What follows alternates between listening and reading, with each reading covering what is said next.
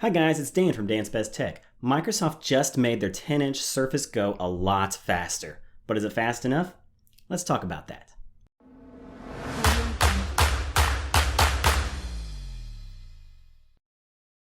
So the Surface Go 2 has been launched with a Core M3 that will make it much more bearable to use. The original Surface Go only had a slower Pentium Gold 4415Y processor. The Surface Go 2 base model still includes this slow Pentium Gold 4425Y processor for $400, but I don't recommend it, since it still only comes with 4GB of RAM and 64GB of slower eMMC storage. If you can afford it, the model you should get is the 8th gen Intel Core M3 version for $630. This will net you an approximate 60% performance increase over the 2018 Surface Go's Pentium processors and the base models. This will also get you 8GB of RAM and 128GB of SSD storage.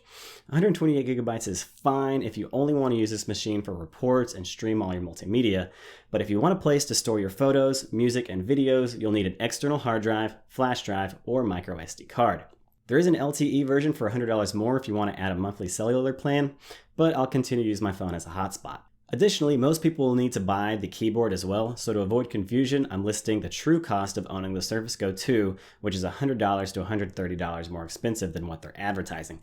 The good news is that the original Surface Go's keyboard can be used on the Surface Go 2 as well. Regarding the screen, it is now a 10.5-inch 1920 by 1280 resolution screen instead of the 10-inch 1800 by 1200 resolution screen from the previous version. The smaller bezels are great, but I do like how there is something still to hold on to.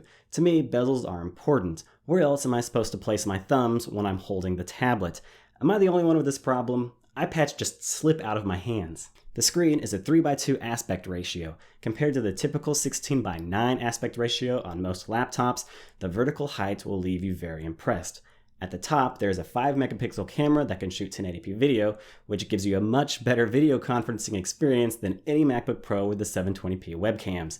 You also get Windows Hello Face Sign-In, so if you don't want to type in your password every time, you can log in that way.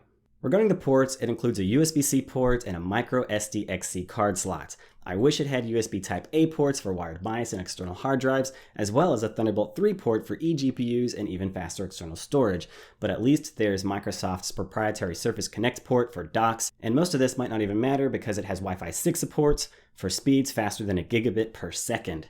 Regarding the battery life, Microsoft is claiming 10 hours, but I'll need to test it. And regarding the weight, it weighs only 1.2 pounds or 1.7 pounds with the keyboard attached. So yeah, is the Core M3 processor good enough?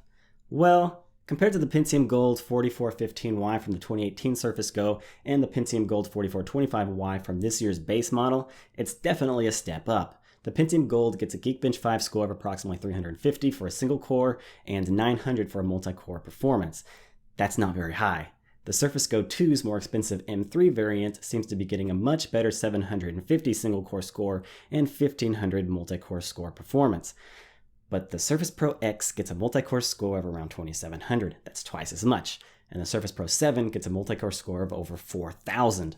3 times as much. And that's just the CPU power. The graphical performance gets even scarier. The UHD Graphics 615 will drive a 4K monitor and play 4K video on YouTube just fine. Just don't expect much of anything else. Its OpenCL score of 3500 is nowhere near that of the Surface Pro 7's Intel Iris Plus's score of around 8000. That's half the graphical performance, or near as powerful as the Surface Book 3's 1650 Max-Q's OpenCL score of around 36,000. That's 1/10 of the graphical performance. But again, this 2-in-1 is much cheaper, right? Well, the Core M3 Surface Go will set you back $630, whereas the Core i5 version of the Surface Pro 7 will set you back only $900. Regardless, for me, I wish there was a Thunderbolt 3 port for eGPU support to boost the graphics, but oh well. You know, Microsoft cares about our security. In conclusion, would I like the Surface Go 2? Probably not. I need the power. But my wife, on the other hand, is going to take a stab at using it to replace her Android tablet. Some people, like my wife, will never use an Apple product like an iPad. I don't know why. Maybe those Samsung ads 10 years ago influenced her somehow. Regardless, her Samsung tablet is getting a little slow, and she would love a new tablet for media consumption and a little work. I could see the Surface Go 2 being helpful for students who need a really light Windows 2-in-1 as well, but also don't need the power. As long as you are just taking notes in class and typing up homework assignments, I could see this laptop or this 2-in-1 really working for you. but please upgrade to the high-end Core M3 version if you can afford it. Let me know if you've used the original Surface Go and what you would like to see in my full review of the Surface Go 2. I'm going to try and get SolidWorks running on it because I'm crazy like that, and it's also one of my wife's requirements. If you liked this video, please leave a like. If you want to see more, subscribe and hit the bell icon, and I'll catch you in the next one.